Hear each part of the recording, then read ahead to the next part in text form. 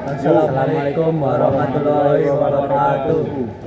Kami dari kelompok 6 akan menjelaskan materi tentang PPX. Perkenalkan, nama saya Rohidi Fatul Alakim. Saya Khalifas Kawardana. Saya Rizky Fatur Rahman. 1.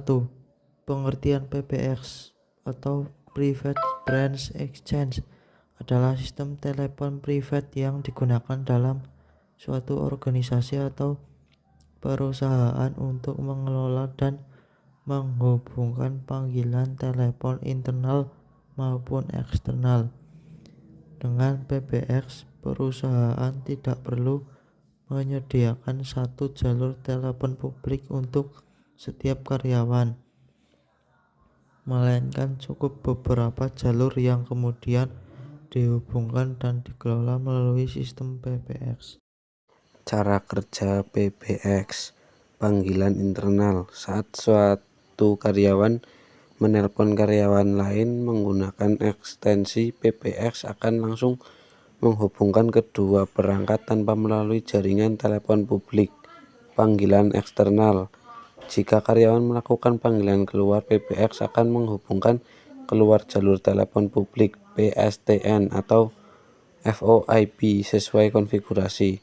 Panggilan masuk. Saat ada panggilan masuk dari luar, PBX bisa mengarahkan ke resepsionis IVR Interactive Voice Response atau langsung ke ekstensi tertentu. Manajemen panggilan. PBX dapat mengatur fitur tambahan seperti call forwarding, voicemail, conference call, auto extend, dan call recording. Jenis-jenis PPX. 1. Analog PPX menggunakan teknologi telepon analog. Umumnya hanya mendukung panggilan suara dasar, sekarang dipakai karena terbatas fiturnya.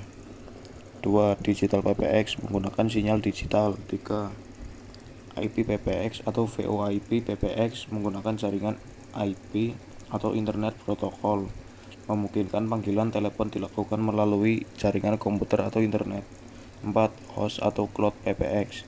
PPX dikelola oleh penyedia layanan di cloud. Perusahaan cukup menggunakan internet dan perangkat telepon atau softphone tanpa perlu server sendiri.